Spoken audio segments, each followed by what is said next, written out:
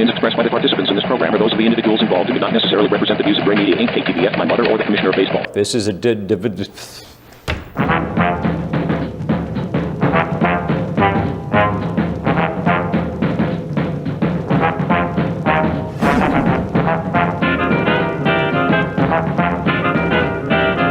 Which musical was it that had another opening, another show at the beginning? Was that Cabaret or I don't know.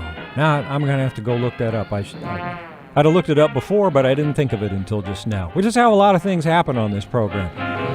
I do at least know that it's show number 12. We've reached a dozen shows now here, and whether that is more delightful to you than would be a dozen donuts, it's up in the air for me, too. January 19th release. By the way, Martin Luther King Jr. Day today, of course. So very significant observation going on there, and glad you decided to spend some of it with us. If you're working, I'm terribly sorry you have to do that. And if not, woohoo! But thank you either way. How about our website location, webcenterfairbanks.com. There's also our mobile app for accessing this show, Alaska's news source, Fairbanks. You can email me, jrlewis@ktvf11.com, for something to be shared on the show or behind the scenes or whatever. And this week, and next, actually, we're going to be visiting with Alex Bengel, one of our reporters. And I'll kind of explain why in a little while, but that's the agenda. In the meantime, we must not forget how excited we are at KTVF to announce the 2026 Interior Wedding Showcase being held Sunday, March 8th. Mark your calendars from 11 a.m. to 3 p.m. in the Westmark Gold Room in Fairbanks. These things are always better with tunes. We invite you to join us at the largest bridal expo in Interior Alaska. We'll just say it's the largest one in the known universe, where brides-to-be can plan and shop for their wedding in one place. We have all the things.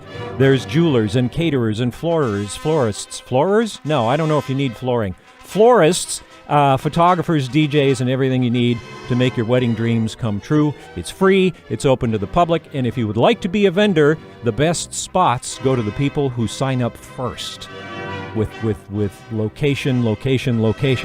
So visit webcenterfairbanks.com for the registration form, and if you have any questions, contact Marlene Phillips at marlene.phillips@ktvf11.com. Okay, that's enough. Now, as has been the case the last couple of weeks, this is a show that we pre-recorded a little while back, so I don't have a news item for you today. But that just gives us a great big opening to hear a word from one of our sponsors. You've heard of striking flamingos roaming lush lands of the earth, but what about the newly discovered flocks on the moon?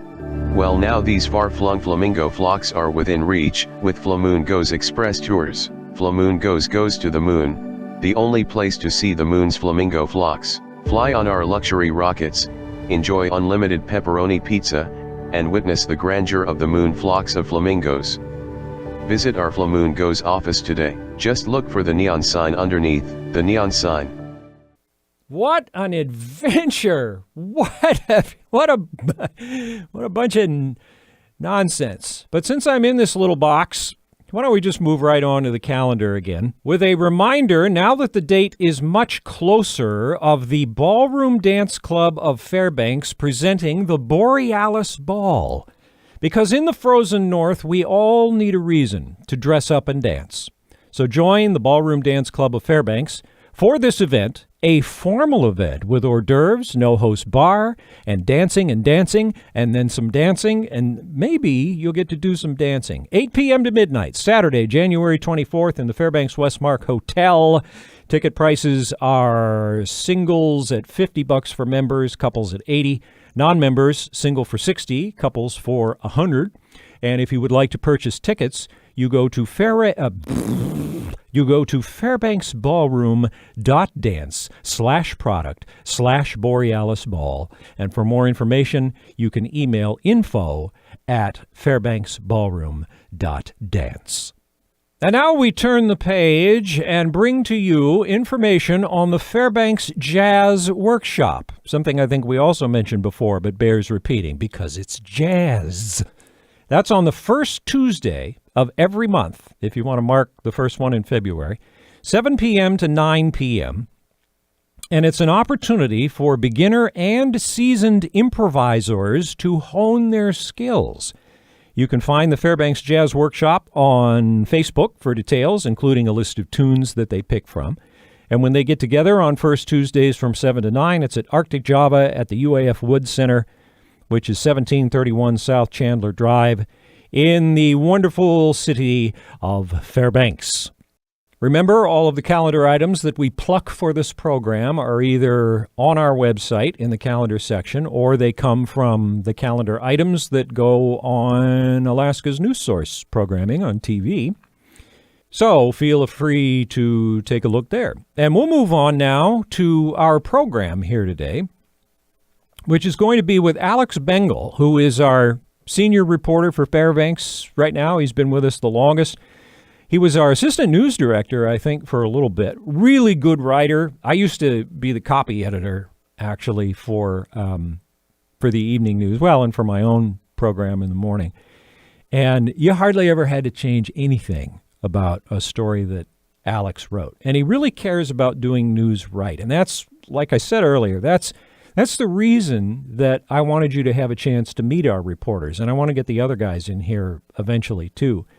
Because, you know, it's easy to stereotypically think of a reporter as more of a thing than a human being. And, of course, that's not true. They are trying to bring you these stories fairly, carefully, and Alex is going to explain a lot of what that's like, kind of the human side of what it's all about, in addition to his background, just so you can have an opportunity to know one of the people that is doing this very important job for us. So I'm very glad here on show number 12 to bring to take remedial English speaking lessons and bring you Alex Bengel on Interior Insights.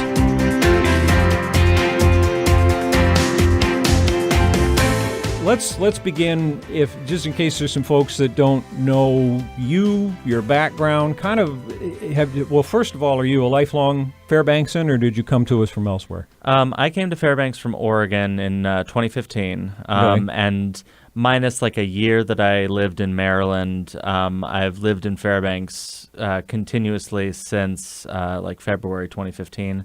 I was born and raised in the Willamette Valley of Oregon, born and raised in Albany, went to school at University of Oregon in Eugene, and then kind of hung around there until I finally moved up. Yeah. And was that for journalism that you went to school specifically, or? At first, University of Oregon has a well-known journalism program. So I came in under journalism and dropped it as a major about a term and a half in, because there was just one class that I really couldn't stand. It broke me in a way.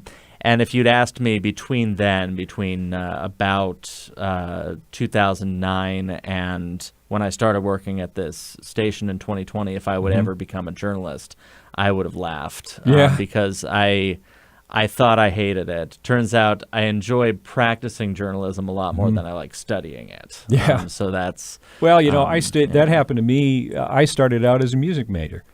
And really? I thought, about a semester and a half in, I thought, this is dumb. First of all, I don't like music anymore, now that they're turning into this mathematical formula. Right. This note can only go here, and this note can only go here. But it sounds good this way, but you can't do it that way because this is Baroque part writing. Too many rules. Yeah, I know. And so, no ability to think out the box. That would have come later, but I just didn't have the patience for it. So I totally get, where you're coming from. So how did you end up then coming to Alaska? What led to that? I had been born and raised and lived within about the same, 50-mile radius my whole life. And at some point, I just decided I was bored and ready to try some new things. So I looked at potentially moving any number of places in the U.S.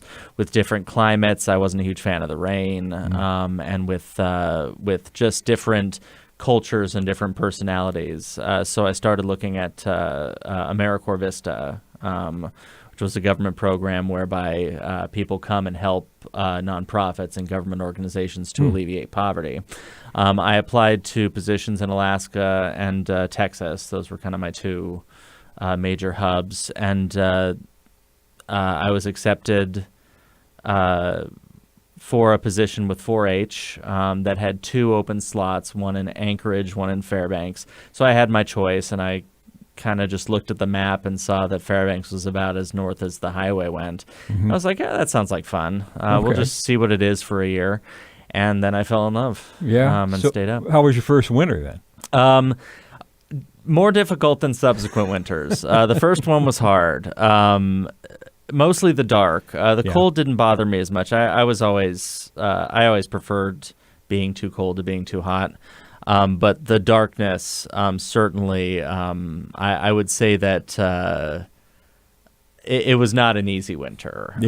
Certainly got a sense of seasonal affective disorder and things like that. Yeah, it's a real thing, isn't it? Yeah, it people underestimate, and it sneaks up. It's not like suddenly one day it's like, oh, suddenly I'm sad, time to just get some more vitamin D. It's like I didn't notice at the time that I was starting to behave in a way that was more like I was isolating myself and things like that, things that accompany depressive feelings. So how'd you get out of it then? What was it that turned around? Just time or the spring? Engagement, yeah, or? Ultimately the spring. You make it through, and then when you have gotten a chance to get outside and do more traveling and more exploring in Alaska and see get back to the all-time sunlight, you look back. I looked back and was like, oh, wow, I didn't even realize kind of where I was at that time. I didn't see it in myself, in my behavior or in my attitude. But looking back now, I can see that was a hard winter. And so for subsequent winters then, did knowing that it was coming help you to kind of stay ahead of it? Or that's what I was kind of thinking when I said how'd you get out of it, is what did you do then? How did subsequent winters become less difficult? That's a good question. Knowing is definitely part of it. I would say that I adjusted my hobbies accordingly so that I always had something to focus on. In subsequent winters, I generally just give myself something to do, something to look forward to. Sometimes I would plan a vacation for when the winter ends, so I'd have something that I'm working toward, just different ways of keeping my mind occupied. It gets easier. A job like this, like a job as a journalist, gives you a lot to do. So it's hard to be bored. It's hard to stay idle when when every day is a new deadline, is a new project. So things like that really help. So you talked about studying some journalism. What would you say was the first time you became interested in it?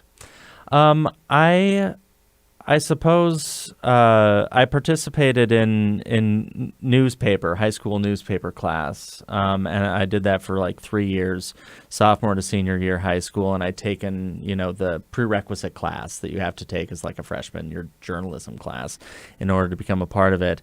And I grew up in a household where, my parents made sure that I watched All the President's Men, and learned about Edward R. Murrow and Walter Cronkite and like some of the heroes of journalism. So I always grew up with that as like a value. It's such an important part of democracy, and when done right, it can do real good in the world. And then in high school, I was able to explore some of the more practical aspects of it, making rapports with people, doing interviews, writing. It was for a newspaper, so like page layout, things like that. And I just really enjoyed it from that point on. So despite a little bit of a rocky road when it came to formally learning about it, you made the decision at some point to make a career out of it. You've been with this outfit for how long now? 5.5 years now. Yeah. I thought it had been around then. So what led to the decision to come back into the field then? It was, at the time I was substitute teaching and was looking for a permanent job. And I noticed, I just kind of happened upon the page because while it hadn't really occurred to me to make a career out of journalism, I'd occasionally looked in to the idea of it as like a job, something to do, and they were hiring for an anchor, and that was something I hadn't thought of. So I thought that kind of sounds fun, It's a part-time gig. You show up for a couple hours in the evening and you read off the news. You get to be on television, stuff like that. So I applied for it, and the news director at the time mentioned during my interview that there's also a full-time MMJ, multimedia journalist position opening. Had I considered that? And at the time I was thinking, well, we can see. And so I got hired at the beginning of March 2020, about 2 weeks before the pandemic hit and everything shut down, and the news sort of became even more than before, like a focal point of interest and controversy. Everybody was checking the news to see the latest on the pandemic. Certainly, people developed strong opinions about coverage of that pandemic and coverage of many of the issues of the day. Sure. Got very controversial. So news was sort of a focal point at that point, and it was a great time to experience kind of the usefulness to a community. Talk about getting out of the frying pan. Yeah, boy. But that said, I mean, like I said, I was substitute teaching at the time. So if I had that as my primary source of income 2 weeks later, that would have all dried up when the schools shut down, everything like that. So I consider myself very lucky that at that moment I made the career change. So what then... You and it's funny, you point out being invited to be an anchor before being a reporter doing some of the other things, because of course, as you probably know, in a lot of the bigger markets, I imagine this is the case in Anchorage, or a lot of times when you see TV news being portrayed, somebody comes up to the anchor position through the ranks. Sure. But you were brought on as an anchor. That's what I was brought on to do too initially. So we sort of this market is really interesting in terms of, it kind of does its own thing to make things work, which speaks to then, it was fortuitous that going through the stages of a journalism education didn't appeal to you, because a lot of that probably wouldn't even apply when you get up here. You really have to just kind of go with the flow and do it the Fairbanks way. Right. I most of what I know about how to do my job, I learned by making mistakes in those early months. Thank God I don't make those anymore. But I've noticed that with a lot of people that come up doing anchoring at the station is a lot of them aren't reporters. A lot are. There are certainly people who would have the day schedule where they report 90% of the day, and then 10% they go on and read it. And then there are others that that's their job, that's their function, is they come in a half hour before the broadcast, read the scripts, and then they would do that. It's one of the things I love about Fairbanks, honestly, is everything that I've decided, this might be fun, why don't we try doing this? I've been able to at least try because there are so many opportunities here to do things. There's not a glut of any particular industry or any particular hobby. There's always openings. There's a welcoming atmosphere for that. Yeah, I don't know. and a lot of opportunity. That's one of the things I've loved about living here, too. I think about participating in the Fairbanks Summer Arts Festival and getting to play with renowned, in my case, jazz. That was always my thing. Getting to play with these people from the Boston Pops Orchestra and all of the guests that would come up. Dizzy Gillespie came up, and Clark Terry was Really? here. Nobody knows who any of these people are, probably. but Wow. I don't care. I do. Dizzy Gillespie. Yeah, sure. Dizzy Gillespie. Yeah. You can't miss him. He told this great story, too, about how, and I don't know, it probably wasn't true, but he said how he needed to go to a bank to get some money out, and he'd forgotten his ID. And so when he went up to the teller to make the withdrawal, she asked him for his ID, and he went, and the giant, and said, that's all I need. I just. When was this? Oh, I don't know. I was a kid, but many years ago. But a lot of great people would come up through that, and we got to play with them. Right. Because that's how Fairbanks is. You know, Right. these great opportunities. And I've that always, keeps going. Yeah. I love attending like the concerts they have at Davis Concert Hall sometimes, where they'll have like a special guest artist. They come up. Who knows why? Like I never asked them why they come up. Maybe it's just an interesting climate. How often do you get a chance to come this far north if you're down in the lower 48? and have a very receptive audience too. It's always been a community that loves the arts. Back to you as a journalist. What do you think are the qualities that make a good journalist for, either in general or specific to Fairbanks, if that makes more sense in this context? Because general for me is Fairbanks, I think I can only really speak to Fairbanks. And I would say adaptability and problem solving. Like those are kind of the two that have carried me through that I've noticed as like a trait in successful journalists is the ability to turn on a dime, because many, many times stories will falter. Somebody won't be available for an interview. Somebody will decline an interview. A key piece of information doesn't get to the desk on time, doesn't get into your email on time. And a successful journalist, I think, has to be able to roll with those punches and sort of keep their end goal in mind while adjusting how they go about it. And when I say problem solving, I just generally mean having an attitude of not, okay, this happened, therefore my life's over, my story's over, and nothing's ever going to happen, but rather being okay, without this part of it, how can I do the rest? If I can't go about the story this way, how else could I get it? If this person won't be available for an interview, who else can I call who might give me a quote? And have a list in the back of your mind of alternate routes toward pursuing whatever knowledge you need to do a story. Yeah.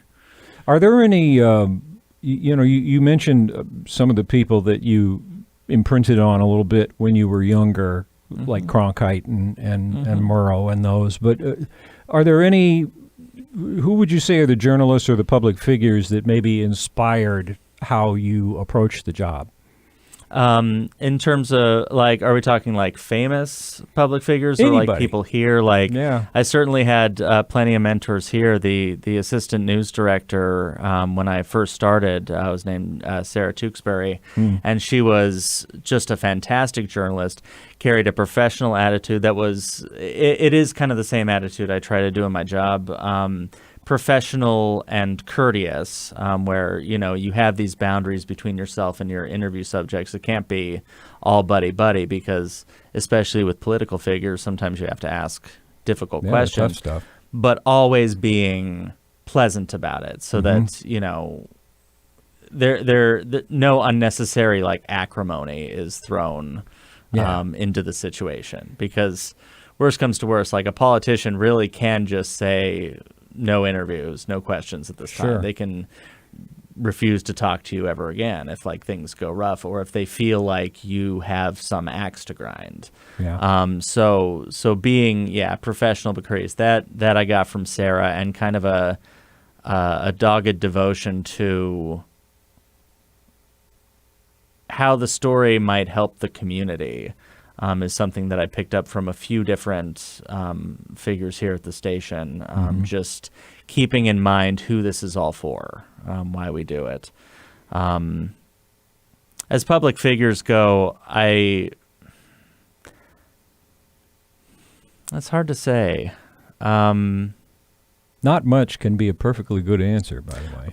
Right. Well, and I have to think, because like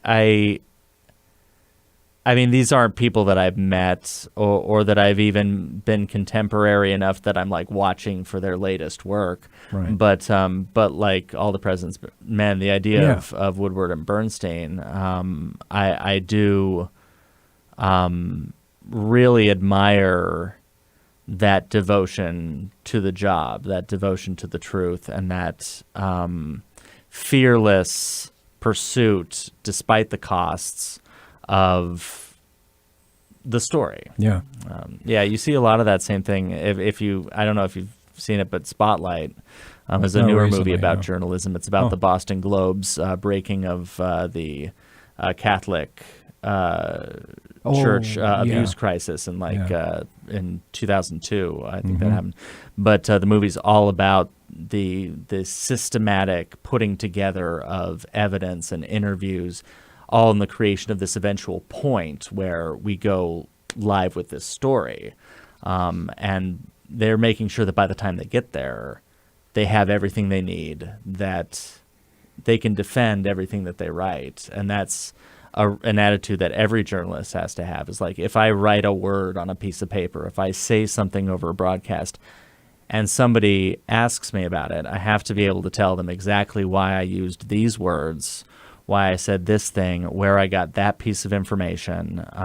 It all has to be defendable. You talked about how the news in a local community, and I share this opinion, by the way, that there needs to be a sense of what it's going to end up meaning to the community in that process. How do you, and I guess you kind of talked about this a little bit already, but what do you consider the best practices for treating your interview sources with care, and especially when they're in situations that may be vulnerable or sensitive to them? How do you get them through that so the story can make progress without crushing the person, who's being talked to? That's a tough one. It depends, I suppose, on what situation this person's coming from. How I took the question is, if we're talking about, say, something that's controversial, that somebody said or did, and we're trying to get them to the table. And I have in many stories had to talk to people who were not going through the best time in their lives because something had gone viral, something was public. As a journalist, I try not to create controversy, but if controversy exists, it's important to respond to it and not ignore it, and pretend that it's not an issue when it maybe is. One thing that I say to a lot of people who are reluctant to interview is to explain the basic truth to them, which is that if you decline an interview, your opponent may not. Like it doesn't cancel the story. It doesn't kill the story. This is something that's going forward. It just takes your voice out of it. So if you want your side to be heard, it's important to come forward.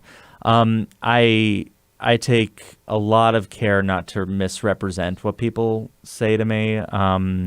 And if I ever have doubt, I'm in constant contact. I sometimes I'll bug people 3 or 4 times as I get to deadline. I'm just calling them over and over. Okay, so you said this.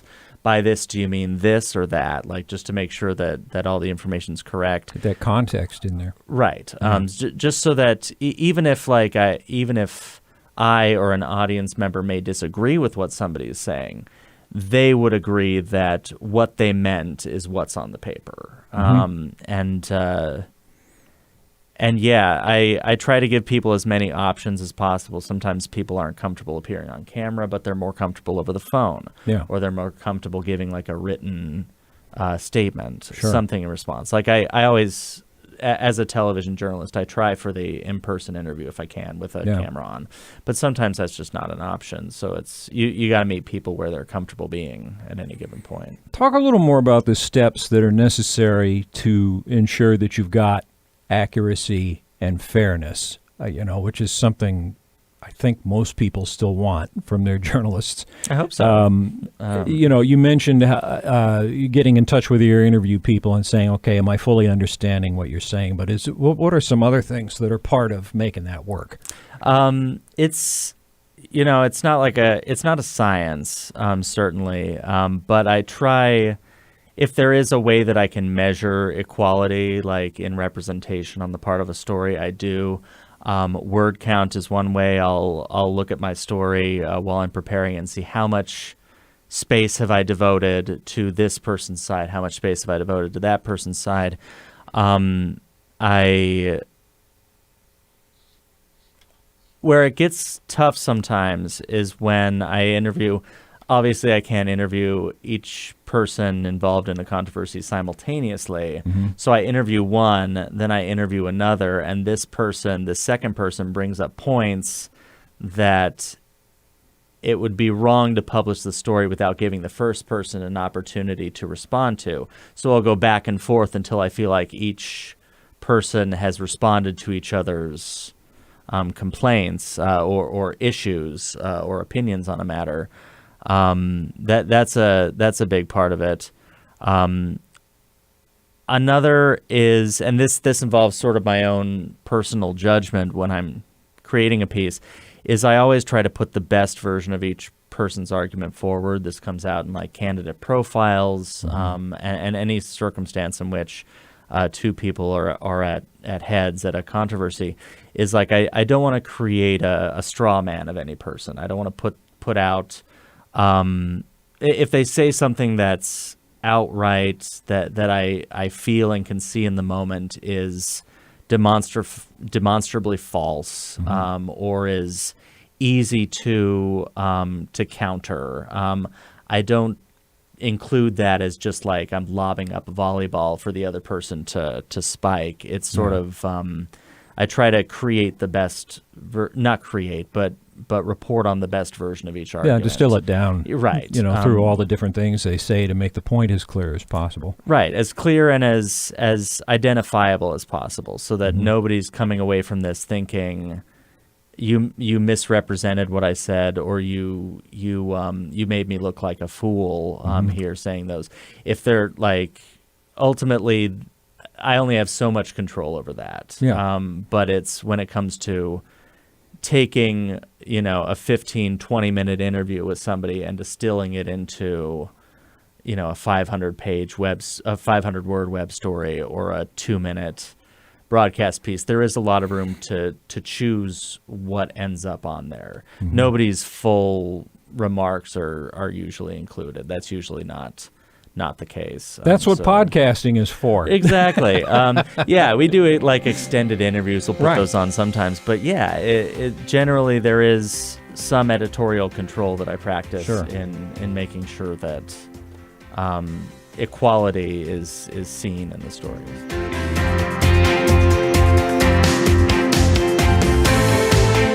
Like we said, if they're going to tell the important stories to you, you should have some idea who they are. And you're going to learn more about that next week, should you decide to join us for Lucky 13, I guess it'll be, when we play part 2 of my visit with Alex. And you can always see his work at the website and on the Alaska's News Source broadcasts in the morning and the evening. And late, because who doesn't like news late at night? How about a fab flabby, just look at what it says down there. It says it. We have this beautiful calendar in addition to the fab photo section of our website. And what we like to do is feature the images that you have captured from around our home region here. And if one of yours ends up in the calendar, that's cool. And it might also end up here. So check out the website, just like George did. George, who's, I'm not even going to try because I don't want to ruin George's day. So you can see it, his last name. And this is Sunset over Fairbanks. Very nice work, as always. And because I can't do it justice with my pudding brain, we will allow the descriptionator to once again reveal unto the listening-only audience what we are seeing here in the video. A vivid winter sunset fills the sky with intense pink, orange, and purple hues behind a stand of tall, leafless trees. Snow lightly covers the sloping ground in the foreground, while dark forested hills and distant low clouds frame the horizon, creating a dramatic contrast between the bright sky and the dim landscape. How often I've thought about what's going on inside my skull, that very way, the dim landscape. Your photos are welcome at webcenterfairbanks.com, and keep them coming, because it's always fun to see what's in there.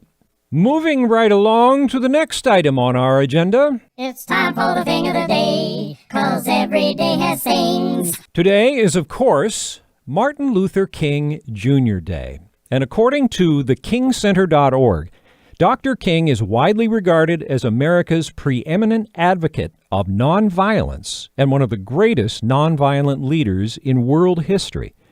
During the less than 13 years of his leadership of the modern American civil rights movement from December 1955 until April 4th, 1968, African Americans achieved more genuine progress toward racial equality in America than the previous 350 years.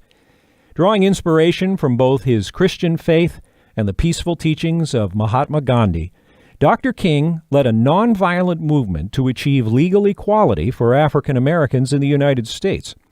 While others were advocating for violence, Dr. King used the power of words and acts of nonviolent resistance to achieve seemingly impossible goals. I'm sorry, not everything can be silly. Maybe next week. And so, as we come to the denouement, one of those Susan Statham words I love to just throw around a little bit, before they all go away, we thank you for joining us for Interior Insights number 12, available through webcenterfairbanks.com, and our variety of mobile apps for Apple, Android, Roku, Apple TV, this thing, that thing, all the things. And there is an email address if you would like to reach out to me for, again, it can be something we talk about on the show or something behind the scenes or whatever, jrlewis@ktvf11.com. Next week, part 2 of this visit with Alex Bengel. And until then, we hope you have a delightful January week.